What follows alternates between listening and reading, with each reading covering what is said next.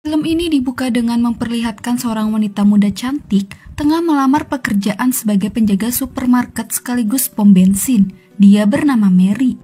Namun Mary memiliki riwayat hidup yang cukup kelam sebagai napi yang baru saja bebas 2 minggu yang lalu. Mary ditahan karena telah mencoba membakar mantan pacarnya yang bernama James bersama dirinya di dalam rumah. Awalnya pemilik toko ragu untuk memperkerjakan seorang mantan napi, namun dia memiliki feeling yang kuat terhadap Mary sehingga dia bisa diterima dan mulai bekerja hari itu juga. Tapi Mary harus bekerja shift malam hanya seorang diri, yang memang toko tersebut buka 24 jam dan terletak di antah berantah yang mungkin saja rawan dari tindak kejahatan. Meskipun begitu, Mary tidak memperdulikannya lantaran dia sangat membutuhkan pekerjaan tersebut karena semenjak bebas dia sulit untuk mendapatkan pekerjaan. Mary memiliki teman bernama Debbie yang begitu baik. Dia selalu menemaninya di saat senang maupun susah. Setelah interview kerja, Mary kembali ke rumahnya. Namun dia sangat terkejut ketika berhalusinasi melihat mantan pacarnya tengah menyakiti seorang wanita di kamar mandi.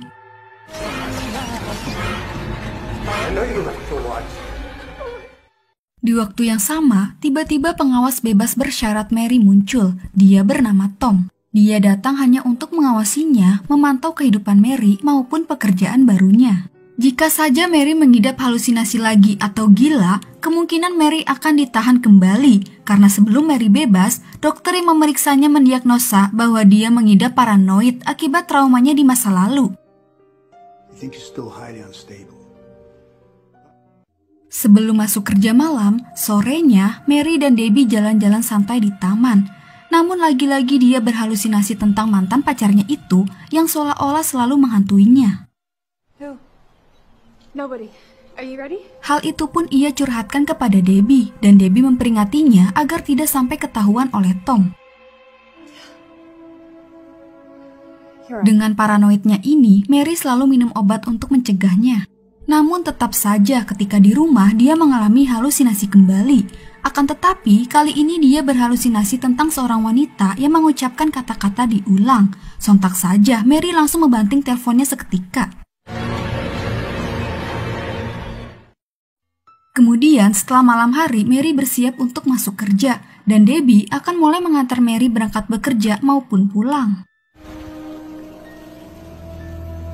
Setibanya di tempat kerja, Mary bertemu dengan karyawan toko bernama Bobby, di mana sebelum pergantian shift dengan Mary, dia sedikit mengajarkan tentang bagaimana cara melayani pelanggan. Sementara itu, tugas Debbie untuk memastikan ini semua baik-baik saja sudah selesai. Sekarang dia harus pulang karena masih ada urusan, dan juga nanti dia akan menjemput Mary pulang pukul 6 pagi. Namun di luar hujan turun cukup deras, dan ketika dia memasuki mobilnya, tiba-tiba Debbie diserang dan diseret keluar oleh seseorang, sementara Mary dan Bobby tidak menyadari telah terjadi sesuatu di luar toko. Tak lama Bobby akhirnya pulang dan sekarang Mary sendirian. Hal ini menjadi tantangannya tersendiri bagi Mary yang harus menjaga toko di tengah-tengah antah berantah. Pengunjung toko pun tidak ada yang datang. Mary mengisi waktu dengan melihat-lihat di sekitar toko. Karena bosan, akhirnya dia sebat dulu di luar toko. Namun saat lagi asik ngelepas-ngelepus, tiba-tiba ketegangan Mary mulai timbul ketika ada seseorang yang mencoba menelpon ke toko tersebut. Sontak dia sangat takut, ternyata wanita misterius itu meneror dia lagi sampai ke pekerjaannya. Berpikir itu halusinasi, Mary langsung meminum obatnya. Kemudian dia mencuci muka untuk mencairkan suasana. Pada waktu yang sama, Mary mendapatkan pelanggan pertamanya. Dia adalah seorang pria supir truk yang ingin mengisi bensin. Terlihat dia sangat genit kepada Mary dan sedikit merayunya. Namun saat Mary ingin mengembalikan kartu kredit pria tersebut yang tertinggal, tiba-tiba halusinasi Mary membuatnya tanpa sengaja memukul Bobby yang secara tiba-tiba muncul di belakangnya. Ternyata Bobby datang hanya untuk mengecek keadaannya. Pemilik toko tersebut memberitahu Bobby bahwa Mary adalah mantan napi dan akhirnya mereka mengobrol satu sama lain. Karena penasaran, Bobby ingin tahu kenapa Mary bisa ditahan. Awalnya Mary keberatan untuk membuka aibnya, akan tetapi akhirnya Mary mau menceritakan semuanya. Sebelumnya, Mary adalah seorang wanita yang sudah bekerja. Dia memiliki pacar bernama James yang sangat dia cintai. Namun hingga suatu ketika, Mary mendapati rumahnya dipenuhi oleh beberapa jasad manusia. Ternyata, James adalah seorang pembunuh kejam. Dia sudah membunuh 35 wanita dan jasadnya dikubur di basement rumahnya. Karena semuanya sudah terbongkar, James mengancam Mary agar tutup mulut. Setelah kejadian itu, kondisi Mary dan mental kejiwaannya terganggu lantaran dia selalu menyaksikan James saat tengah membunuh korbannya. Hingga pada akhirnya Mary memutuskan untuk mencoba bundir bersama James. Dalam kesempatan, dia mencoba untuk membakar rumahnya sendiri, tapi usahanya itu gagal. James selamat dan sekarang dia ditahan. Sementara Mary juga ditahan atas tindakan nekat yang dia lakukan. Dampak dari semua itu, sekarang paranoid Mary semakin parah. Dia tidak bisa membedakan itu halusinasi ataupun sungguhan, tapi dia berusaha untuk tetap sembuh dari traumanya tersebut. Setelah memastikan Mary baik-baik saja, Bobby kembali pulang. Namun ketika di tengah perjalanan, mobilnya mendadak mogok, tapi saat ingin diperbaiki, tiba-tiba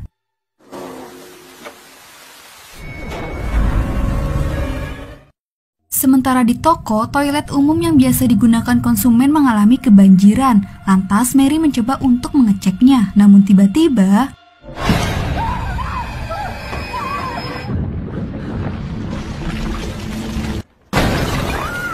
Mary dihantui halusinasi oleh sosok korban pembunuhan James, tapi tak berlangsung lama, dia berhasil mengatasinya kembali. Saat kembali ke toko, Mary tiba-tiba kedatangan Tom yang datang hanya untuk memastikannya. Tapi hal itu membuat Mary kesal karena kemana-mana dia selalu dibuntuti terus olehnya. Karena kebelet pipis, Tom menumpang ke toilet sebentar. Namun selang beberapa saat, tiba-tiba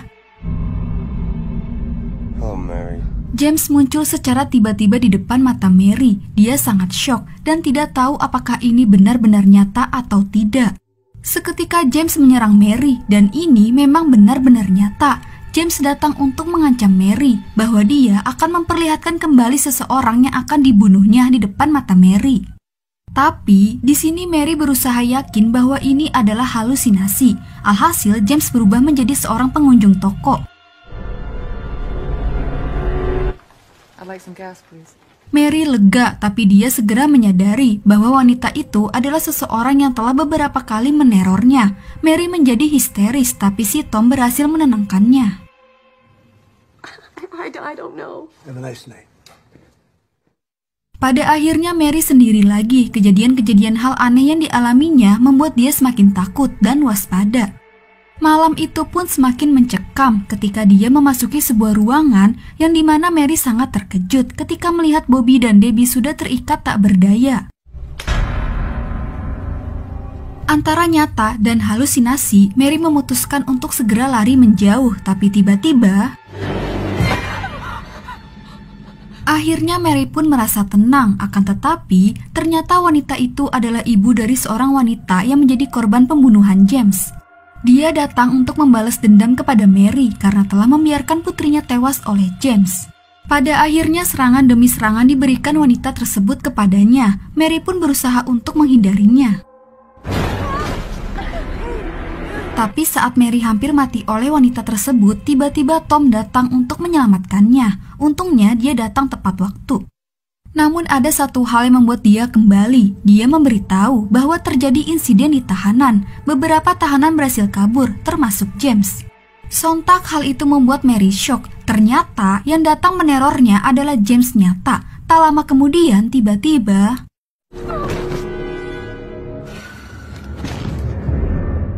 Mary tersadar dalam kondisi terikat di kursi bersama Bobby, Tom, dan Debbie. Kemudian James datang dan berbicara kepada Mary bahwa dia akan membunuh satu persatu ketiga orang tersebut di depan matanya agar kondisi kejiwaan Mary semakin kacau.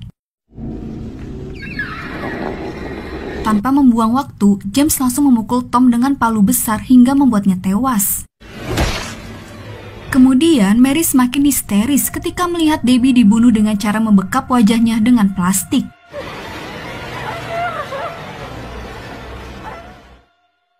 Tetapi kemudian saat James ingin mengeksekusi Bobby dengan membakarnya, tiba-tiba supir truk sebelumnya datang kembali ke toko untuk mengambil kartu kreditnya. James langsung keluar untuk mengatasinya. Sementara Mary mengambil kesempatan ini untuk melepaskan ikatannya. Alhasil, Mary berhasil melepaskan diri dan Bobby mengintrusikannya untuk mengambil senjata pemilik toko yang tersimpan di loker. Setelah Bobby mengajari Mary menggunakan senjata, keduanya bersiap untuk kedatangan James kembali.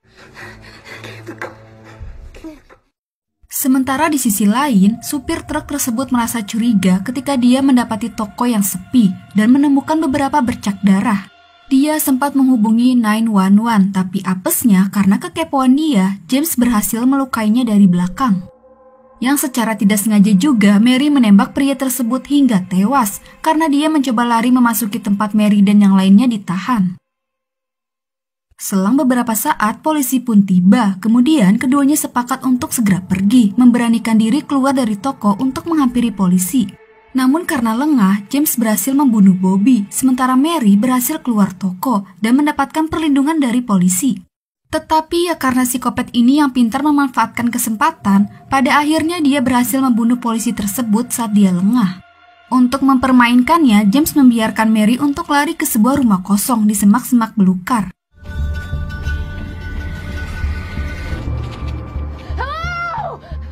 Perlahan dia mengejar Mary untuk membunuhnya dengan palu besar.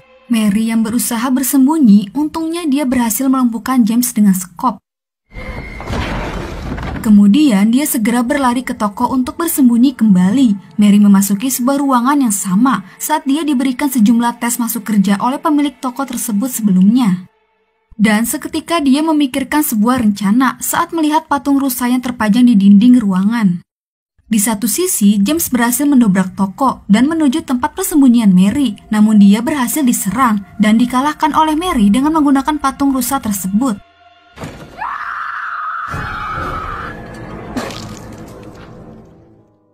Selanjutnya, Mary menghampiri sebuah ponsel untuk menghubungi 911. Sementara James yang terluka parah berusaha menghampiri Mary dan akhirnya tewas.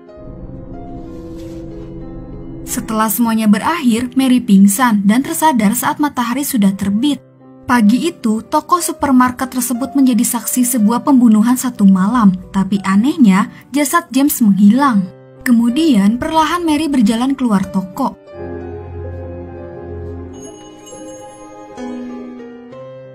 Selanjutnya, di adegan terakhir, terlihat Mary sudah bekerja di sebuah salon, namun dia kembali terkejut ketika melihat James di belakangnya. Film pun selesai. Ending yang sangat memuaskan. Perjuangan Mary untuk bertahan hidup dari serangan James dengan susah payahnya, pada akhirnya dia bisa mengalahkannya. Namun sebuah pertanyaan muncul ketika sebuah adegan yang cukup aneh terlihat saat Mary meninggalkan toko tersebut yang memang jasad James menghilang, yang kemudian muncul kembali saat Mary mendapatkan pekerjaan barunya. Di sini ada dua kemungkinan menurut pribadi Mimin sendiri. Yang pertama itu, James berhasil selamat dan kabur, lalu kembali meneror Mary. Nah, yang kedua ini sedikit gila sih, bahwa semua itu dilakukan semuanya oleh Mary, dan selama pemandangan adegan di film tersebut itu adalah halusinasinya Mary saja, yang sebenarnya Mary benar-benar menjadi psikopat tanpa sadar. Jadi, bagaimana menurut kalian?